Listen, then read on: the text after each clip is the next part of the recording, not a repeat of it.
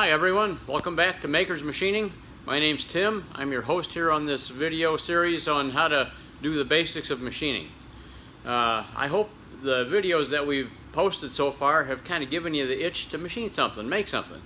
You might have some projects on hand that are in mind that you'd like to make and just wonder how to get started and how to do some of them. I told you in one of the earlier videos that I might share some of my experiences with you here, and I thought this would be a good opportunity to do that before we jump into all the basic steps, the 10 topics we had lined up to do on our first project, or about our first project.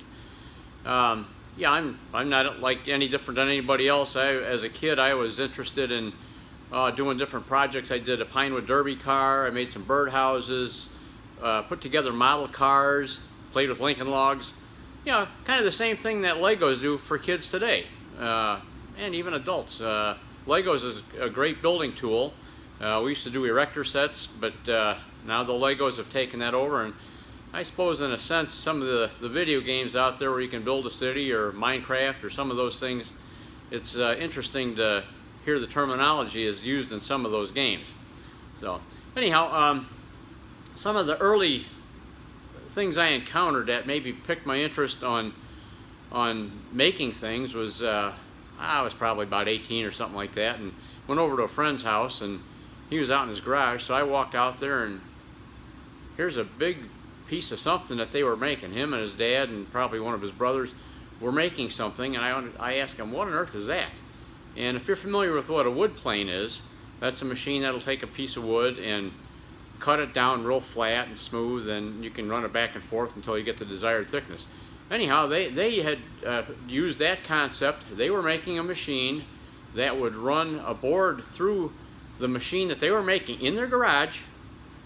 It was a machine that would make boards look like they were hand hewn. They had a drum with a series of cutters on it that, as the board would get forced through the machine, it would cut these sections out that made it look like it was hand hewn.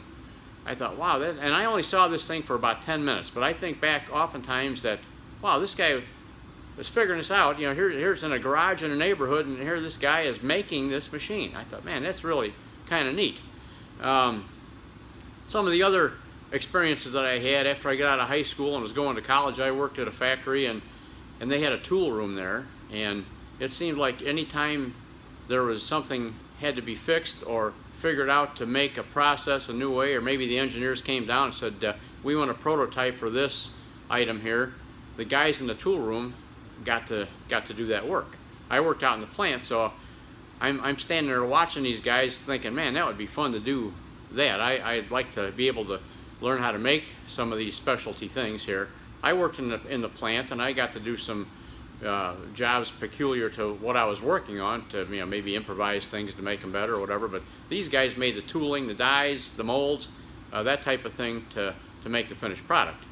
And one of the guys there, made a comment to me one time. I had to make a little guard for a bandsaw. The bandsaw blade was going around and cutting the piece. People would feed that in by hand. He asked me to make a little guard that went around in front of the blade so people wouldn't get as likely to get their finger into the saw blade, because once you get your finger in the saw blade, you got two fingers where you had one, so you got to be careful. Anyhow, I made this little guard and kind of wrapped around and mounted on the bandsaw, and that guy told me, he said, man, you really did a nice job on that. And he was a respected tool maker at this place. His name was Dick Van, and that's what we called him. And that really struck me as a compliment, that I had made something that he noticed was nice. He was an experienced guy, tool and die maker.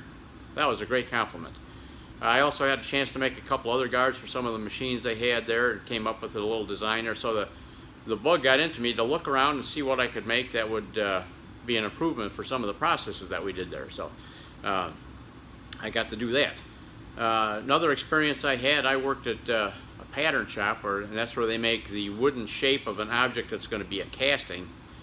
The pattern gets put into a mold, and they pack sand around the pattern. They take the pattern out of the mold, and they pour molten metal into it. So that's a pattern maker. He makes the patterns to make the castings. And some of them can really be intricate.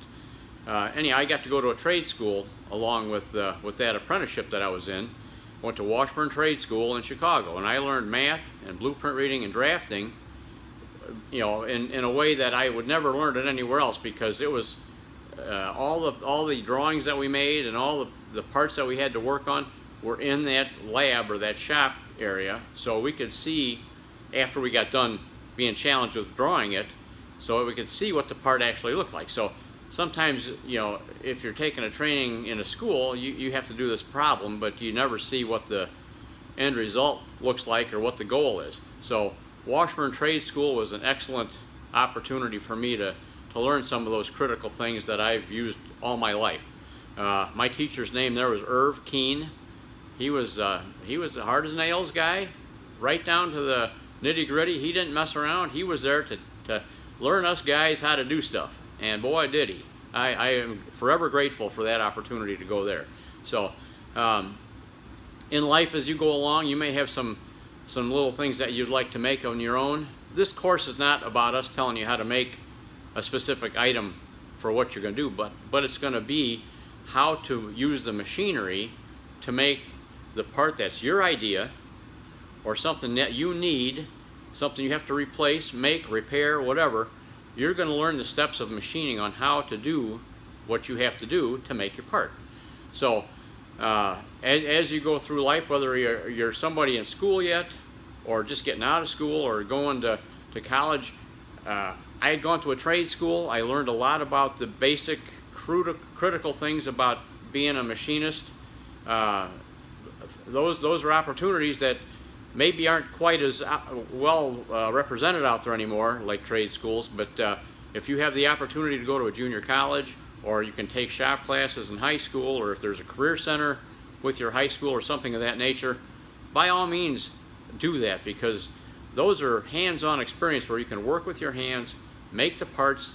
You're going to have some projects to do, but you'll be able to work with your hands, make those projects, have them checked out to see if they're good, and you're going to get some satisfaction in that, because machining in a job shop or a tool room environment, to me, is a great satisfaction, because when you get done with your job, you're going to see that you've accomplished something at the end of the day.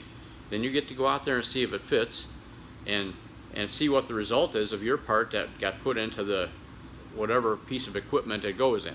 So whether you're a home mechanic, have a farm or a ranch that you need to be maybe you could be the person that does all the repairs on things, you know, the opportunities are endless for what you can do. So as you get out in the working world, or if you're in the working world already, look around and learn and figure out what the apparatus that you are involved with, how they work, what they do. Ask questions, find the smartest guy in the place, and kind of shadow that person. That's a good experience for you to pick up some knowledge. Like I said before, I was handed down a lot of ideas and instruction from people that I worked with that had experience. You can do the same for others as you go through life, in many things, obviously. But follow your nose, find out what's interesting to you, and go for it. Try it out here and there. Anything that you do is going to add up to experience for yourself, so you might be able to build on those experiences. But when you get into having to make something, you got the right place to start seeing how different functions have to be done safely and accurately, and hopefully efficiently, because you don't want to make the same thing 3 times if you make a mistake. Mistakes are a learning process. So I made a lot of mistakes. I'm older than most of you probably, so I've probably made more mistakes than you have. I'm not ashamed of that, because I've learned from my mistakes, and you will also. But you want to learn how to do things in an efficient manner, and we'll go through all those steps so you can do that quality of work for what you're trying to do. So anyhow, hang in there with us. Please subscribe to the channel.